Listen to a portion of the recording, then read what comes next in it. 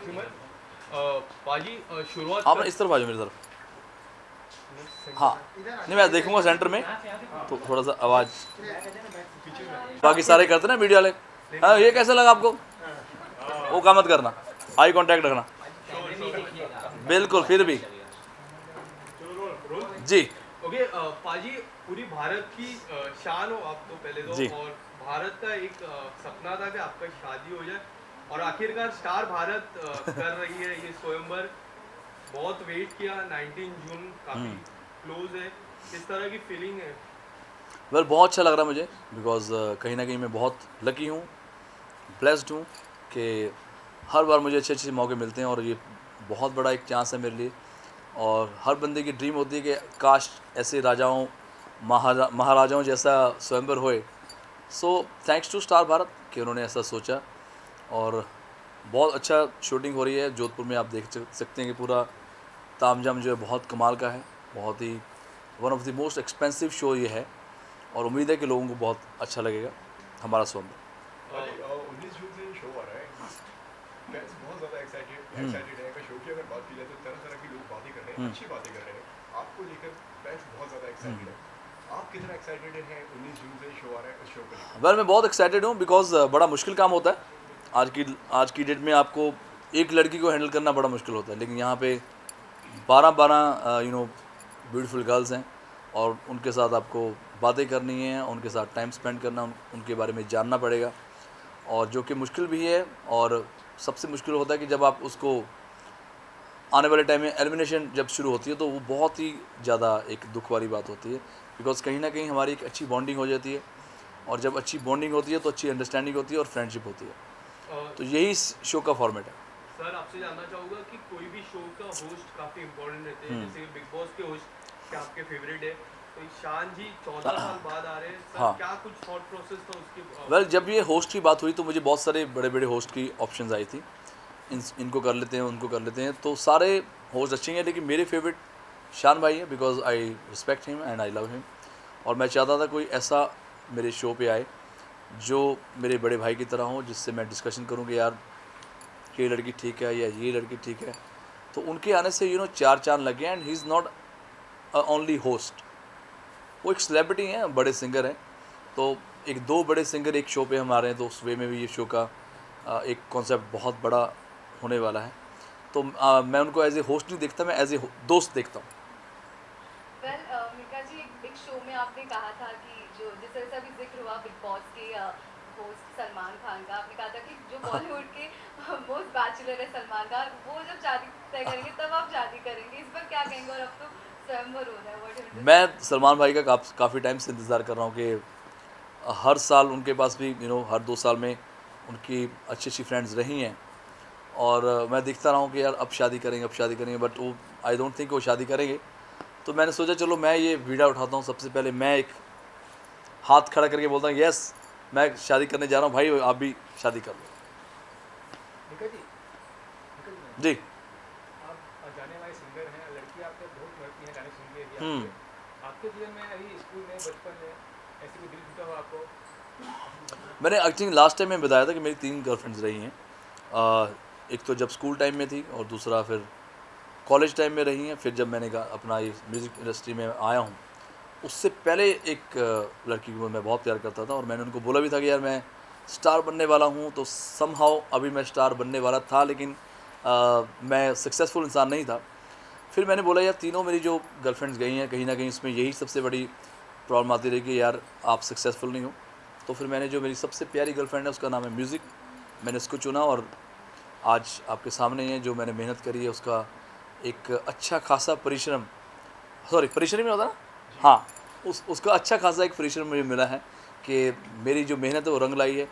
मैंने सोचा कि छोड़ो अब गर्लफ्रेंड छोड़ो या शादी या छोड़ो, एक अच्छी लाइफ सेट करनी हो तो अच्छा नाम बनाने के लिए आपको कुछ ना कुछ त्यागना पड़ता है। तो मिक्का जी, शो का नाम है मिक्का दी बोटी, तो एक्चुअल मिक्का दी बोटी क्या कैसी होने वाली है? क्या क्वालिटीज आप देखते हैं अपनी वुड में? अब तो फ़िलहाल तो 12 मिका दी वोटिज़ यहाँ पे आई हैं, सारी प्यारी प्यारी गर्ल्स हैं। तो बस वही है कि मैं चाहता हूँ कि जो भी आए वो सबसे पहले तो मेहमान नवाजी में नंबर 1 होनी चाहिए, बिकॉज़ हमारे घर में अक्सर गेस्ट आते रहते हैं, यार दोस्त आते रहते हैं और रिश्तेदार आते रहते हैं, तो जो भी आए घर से खुश होके जाए। आपने कहा कि गिनी भाभी और शान जी की हाँ वाइफ, जी। उनके गुण आप कहीं ना कहीं अपने होने वाली में देखना चाहते हैं, तो क्या क्वालिटीज उनकी हैं जो आपको बहुत पसंद है? वेल सबसे पहले तो मैं राधिका भाभी की बात करूँगा, तो अगर आप देखेंगे शान भाई का जो ग्राफ है, जो करियर है, ऑलमोस्ट 25 ईयर्स उनको इस फील्ड में हो गए। तो वो 25 ईयर्स इसलिए इतना स्मूथली गए हैं कि अगर लाइफ पार्टनर अच्छा हो, बहुत सारे सिंगर्स या बहुत सारे एक्टर्स की लाइफ में ऐसा हुआ कि उनका डिवोर्स हुआ या प्रॉब्लम्स आई, जिनकी वजह से उनके करियर पे भी ये बहुत इफ़ेक्ट पड़ा है। तो इसलिए मुझे राधिका भाभी बहुत अच्छी लगती हैं। एंड दूसरी गिनी भाभी की अगर मैं बात करूँ, तो जब भी हम उनके घर पे जाते हैं तो कहीं ना कहीं बहुत सारे, जब भी उनके घर पे जाते हैं हमेशा गेस्ट होते हैं, बहुत सारे मेहमान होते हैं। वो बहुत ही प्यारी हैं और हमेशा सबको बड़े प्यार से वो खाना खिलाती हैं एंड वेलकम करती हैं। अभी सलमान सर का जिक्र हो रहा था कहीं ना कहीं, और उधर जाके बात कर लो फिर मैं, क्योंकि मेरी बहुत कीमती करोड़ों के जो वर्ड है ना, वो वेस्ट हो जाएंगे अगर आप ऐसे जो चीज़ करते रहो। तो आप उधर चल जाओ, उनसे बात कर लो, क्योंकि मैं इतना ज्ञान दे रहा हूँ तो क्या फ़ायदा, फिर दुनिया तरसती होती है मेरे ज्ञान के लिए। Yes ma'am, sorry. तो जितने भी खड़े हैं इधर ही देखना मुझे, या उधर बैठ जाएँ आप। सलमान सर का भी जिक्र निकला ही है, हम सबको पता है कि अभी उनको थ्रेट्स मिल रहे हैं, हाँ जी, हाँ जी। फैमिली को थ्रेट्स मिल रहे हैं, व्हिच इज़ वेरी अनफॉर्चुनेट। आप क्या कहना चाहेंगे? और जो सिद्धू मूसेवाला जी के हाँ, साथ ये भी हुआ। बिल्कुल मैं बोलना चाहूँगा, और इनफैक्ट आपने बहुत सही क्वेश्चन करा, बिकॉज जो हुआ है बहुत गलत हुआ है सिद्धू मूसेवाला के साथ, और उनकी उससे ज़्यादा उनकी फैमिली। एक जवान लड़का जस्ट 28 ईयर्स ओल्ड इतनी जल्दी हमें छोड़ के चला गया। एंड वो एक नेचुरल डेथ नहीं है, वो एक मर्डर है। और जब किसी का मर्डर होता है तो हम सबको आवाज़ उठानी चाहिए, और इसलिए नहीं कि वो सिर्फ सिंगर थे, वो एक नागरिक था, पॉलिटिशियन था, सिंगर था, बहुत अच्छा इंसान था। अगर इतने बड़े सेलिब्रिटी के साथ दिन दिहाड़े ऐसे हो सकता है, आई डोंट थिंक कि आम जनता का तो पता नहीं लग रहा होगा कि क्या हो रहा है। ये तो थैंक्स टू मीडिया, जिन्होंने थैंक्स टू मीडिया कि जिन्होंने इतनी आवाज़ उठाई, तो ये चीज़ ऊपर के यहाँ पे आई है, ऊपर के आई है, लोगों ने देखा है। लेकिन बहुत सारे लोग तो बेचारे ऐसे ही मर रहे होंगे गोलियों से, और किसी का मर्डर हो रहा होगा और हमें पता नहीं चल रहा। तो ये चीज़ को हमें रोकना चाहिए। और आज सलमान भाई को इतनी बड़ी धमकी मिली है, जो कि हमें इसको लाइटली या ईज़िली नहीं लेना चाहिए। और यही मैं सरकार से और पुलिस कर्मचारियों से मैं रिक्वेस्ट करूंगा कि इन चीज़ों को आप रोक सकते हैं, ये आपके हाथ में है। और आज एक नौजवान के साथ हुआ है, कल को किसी के साथ भी हो सकता है। सर कहीं ना आपसे कहीं आपको लगता है कि पंजाबी इंडस्ट्री के ऊपर अभी थोड़ा सा ये गैंग वॉर्स की वजह से थ्रेट बहुत बढ़ गया है? Do you think that Punjabi industry के ऊपर? नहीं, बिल्कुल, बहुत ये बहुत ही सैड है कि पंजाब में ऐसा हो रहा है। वो पंजाब जिसको मैं बहुत प्यार करता हूँ, वो पंजाब जिसमें मैंने अपनी सारे बचपना वहाँ पे गुजारा है और हंसते खेलते गुजारा है, कभी ऐसी प्रॉब्लम आई नहीं है। बहुत साल पहले कुछ प्रॉब्लम्स थी हमारे पंजाब में भी, इनफैक्ट मुंबई में भी सुनते थे कि चलो यार अंडरवर्ल्ड है, ये है, वो है। लेकिन काफ़ी टाइम से बहुत स्मूथली चल रहा है। एंड अभी ये 2022 में अगर फिर वही जानवरों वाली हरकतें होंगी इंसानों के साथ, तो वो बहुत गलत है। और कहीं ना कहीं इसके पीछे मैं नहीं कहूँगा कि सरकार का दोष है या पुलिस का दोष है, कहीं ना कहीं हम सबका भी दोष है कि हम उस चीज़ को लाइटली लेते हैं, हम उसकी आवाज़ नहीं उठाते। 20 साल पहले भी मेरे साथ ऐसा भी हुआ था कि मुझे भी ऐसे धमकी आती रहती थी, और मैंने हमेशा उस चीज़ को लाइटली नहीं लिया। मैं हमेशा जितने भी मेरे इर्द गिर्द थाने थे या जो मेरे दोस्त थे पुलिस में, मैं उनको हमेशा बताता था यार ऐसे ऐसे मुझे प्रॉब्लम्स आई हैं। तो हमारी प्रॉब्लम है कि जब हमें कोई धमकी देता तो हम डर जाते हैं। तो अभी क्या है, बहुत सारे बेचारे सिंगर्स हैं जिनको धमकियाँ आ रही हैं और वो चुपचाप वो पैसा दे जाते हैं आप, और इसमें पता भी नहीं चलता। आज कोई भी अब मुझे फ़ोन करेगा तो मैं कंफर्म नहीं करूँगा।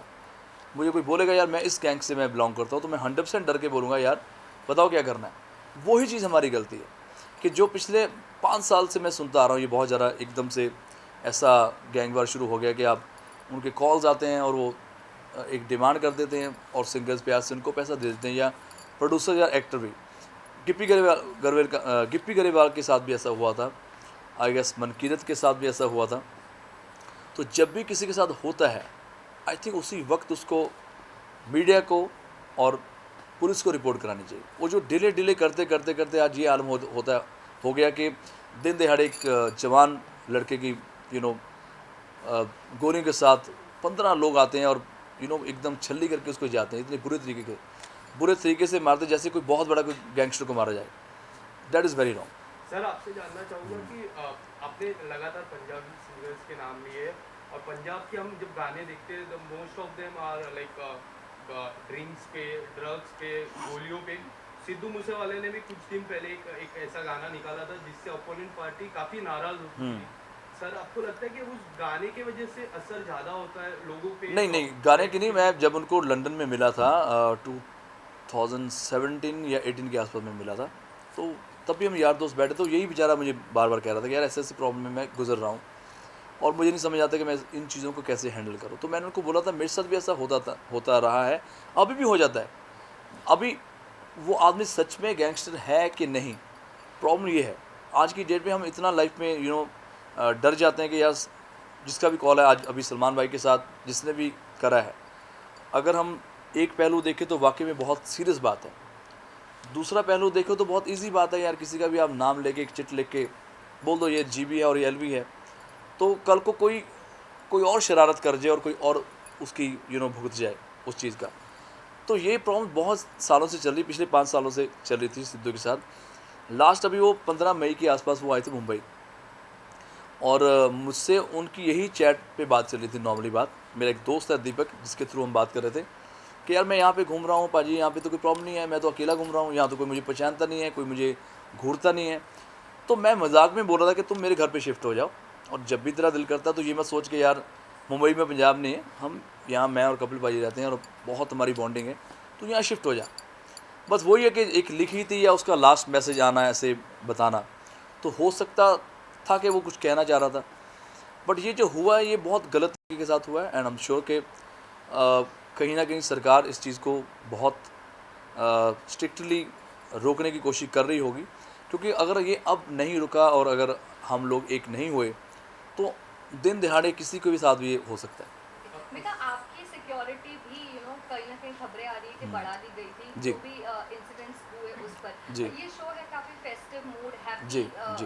जोन का, तो ऐसे जब ट्रेजिक न्यूज़ आती है और ऐसी खबरें आती है तो कितना इम्पैक्ट पड़ता है शूट पर, आपकी हाँ, मेंटल स्टेट? मतलब बहुत ज़्यादा। इनफैक्ट मुझे बार बार बेचारे सोल प्रोडक्शन के जो लोग थे मुझे पूछ रहे थे आर यू ओके, बिकॉज मुझे बहुत ज़्यादा गुस्सा भी था एंड समझ नहीं आ रही थी हम क्या करें और किसको बुरा बोले, क्योंकि पता नहीं चल रहा किसके साथ उसकी दुश्मनी है और कौन ऐसे करके जाता है।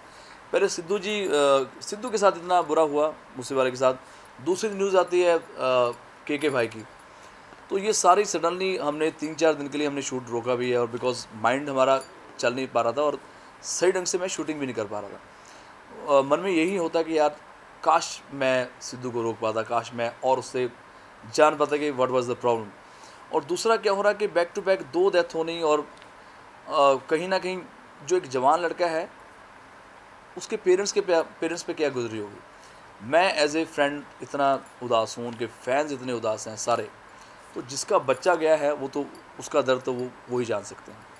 तो मैं पूरी सरकार से और पुलिस से सभी से और स्पेशली हमारी सिंगर कम्युनिटी से मैं बोलना चाहता हूँ कि यार ये फेक लाइफ से आप बाहर आओ। मैंने बड़े बड़े सिंगर्स का मैं मेंशन नहीं करूँगा, आप जाके इंस्टाग्राम पे देखना, किसी ने पोस्ट नहीं करा, स्टोरी डालते हैं और स्टोरी में ये लिखते हैं भगवान उनकी आत्मा को शांति दे, भगवान उनके पेरेंट्स को ये दुख सहने का बल बख्शे। अरे भाई वो नेचुरल डेथ नहीं है, वो मर्डर है। आप खुल के बोलो ये गलत हुआ है। अगर आपको लगता है कि ठीक है हम किसी गैंगस्टर पॉइंट आउट ना करें, ना करो, आप कंडोलेंस तो दिखाओ यार, आप ट्रिब्यूट तो करो। बड़े बड़े सिंगर्स जिनको उन्होंने सपोर्ट करा है उनका कोई पोस्ट नहीं आ रहा, कोई बात नहीं आ रही, तो ये चीज़ मुझे बहुत हर्ट करती है कि आपने देखा होगा पिछले 5-6 दिन से मैं कोई पोस्ट नहीं कर रहा हूँ, मैं कोई अपना खुशियाँ नहीं मना रहा, कोई मैं रेगुलर जो अपने गाने प्रमोट करता था, जो मैं पोस्ट डाल रहा था अपने शो को लेके, तो कहीं ना कहीं होता कि चलो यार एक ट्रिब्यूट देनी चाहिए, 4-5 दिन एटलीस्ट हम उनकी जो उनके साथ दुखद टाइम पे हम उनके पेरेंट्स के साथ जुड़ के चले, एटलीस्ट 5-6 दिन, एक हफ्ता नहीं। उनकी डेथ आज हुई है, कल को फिर सब लोग स्पेशली पंजाबी कम्युनिटी में लोग प्रमोट कर रहे हैं अपने गाने को और अपना स्वैग डालते जा रहे हैं। तो ये चीज़ भी मुझे बहुत हर्ट करती है कि कहीं ना कहीं चाहे वो सिद्धू जी थे, चाहे वो के भाई हैं, यार हमारे वो लेजेंड मरे हैं और उनको ट्रिब्यूट देनी चाहिए, प्यार से उनको अलविदा करना चाहिए। उनके पेरेंट्स को, उनकी फैमिली को लगे वाकई हमारे बच्चे ने इतना बड़ा नाम कमाया और आज देखो सिद्धू मूसेवाले जो है वो अमर हो गए हैं। हर बच्चा टैटू बना रहा है अपने हाथ पे, हर बच्चा ट्रैक्टर ले रहा है, ट्रैक्टर के पीछे भी सिद्धू मूसेवाले की फ़ोटो छप रही है। तो ये बहुत जो बड़े बड़े सिंगर जो इतनी उम्र में नहीं कर पाए, इतनी यंग एज में उन्होंने ये काम करा। सर मैं आपसे इतनी यंग एज में उन्होंने ये मुकाम और ये नाम कमाया है, और भगवान उनकी आत्मा को शांति दे। एंड के पहले सिद्धू जी गए, फिर के सर गए हैं, तो बहुत ज़्यादा बड़ा लॉस है हमारी इंडस्ट्री के लिए। के साथ आपकी कितनी यादें हैं? के सर के साथ मेरी बहुत यादें हैं, बिकॉज जो 98 में हम दोनों आए हैं, और 98 में मेरा गाना सुपरहिट था, सावन लग गया। उनका एक गाना था जोश ऑफ इंडिया, अगर आप यूट्यूब पे जाके देखेंगे तो वो गाना उन्होंने क्रिकेट के ऊपर बनाया था। और फिर 99 में वो मुझे बिल्कुल पिछाड़ के बहुत आगे निकल गए थे, बिकॉज उनका गाना आया था तड़प तड़प के, जो गाना था सलमान भाई के ऊपर पिक्चराइज था। तो तब से लेके इतना बड़ा टाइम उन्होंने निकाला है। I think he was the only one जो हर जॉनर में गाना गाते थे, चाहे सूफ़ी हो, पॉप हो, रॉक हो, हिप हॉप हो, या रोमांटिक सॉन्ग हो, या पार्टी नंबर हो। एक ही ऐसा लौता सिंगर था जो हर तरीके के गाने गाता था, और उनकी सिंप्लिसिटी इतनी थी, मैंने उनको कभी किसी रियलिटी शो में जज करते नहीं देखा। मैंने कभी उनका कोई ऐसा नहीं देखा कि वो इंटरव्यू कर रहे हैं या कहीं पोस्ट कर रहे हैं या सोशल मीडिया पे कहीं नज़र आए। तो ये बहुत कम लोगों में इतनी सिंप्लिसिटी होती है। बट लेजेंड्स नेवर डाई, उनके जो गाने हमारे दिलों में हमेशा रहेंगे, और हम इसी तरह उनको प्यार करते रहेंगे। सर मेरा एक आखिरी सवाल है। हाँ। सर सिद्धू मूसेवाला के बारे में आपने काफ़ी चर्चा की जी। पर सिद्धू मूसेवाला की एक दिन पहले सिक्योरिटी हटा दी गई। तो सर क्या आपको लगता है सेंट्रल गवर्नमेंट को स्टेट गवर्नमेंट पे एक कड़क एक्शन लेना चाहिए इस बात पे, क्योंकि उनकी एक दिन पहले सिक्योरिटी हटा हाँ। दी, और उनके जब वो नहीं, मैं बिल्कुल मैं सहमत हूँ कि चलो जाने अनजाने में अगर सरकार से ये गलती हुई है कि उन्होंने सिद्धू मूसेवाले की सिक्योरिटी हटाई है। मेरा क्वेश्चन ये है, 400 लोगों की सिक्योरिटी हटाई है, 400 लोगों के ऊपर गोली क्यों नहीं चली? वाई सिद्धू मूसेवाला? ये मेरा क्वेश्चन है कि अगर हम अब क्या हो रहा है कि सबको वापस सिक्योरिटी मिल गई है, लेकिन जो जाना था वो बेचारा मर गया। तो इतनी दुनिया की सिक्योरिटी हटी है, लेकिन एक ही बंदे पे अटैक क्यों होता है? तो ये बहुत ही शर्मनाक बात है, और अभी तक क्या इसका हल निकलेगा ये तो सरकार बता सकती है। एंड थैंक्स टू मीडिया कि आप लोग इतना आवाज़ उठा रहे हो, जिसकी वजह से इतना लंबा ये चल रहा है और लंबा चलेगा। आप उसको जब तक सिद्धू मूसेवाले को जस्टिस नहीं मिलता, उनकी फैमिली को जस्टिस नहीं मिलता। Thank you. खाना खा लो, ठंडा हो जाएगा।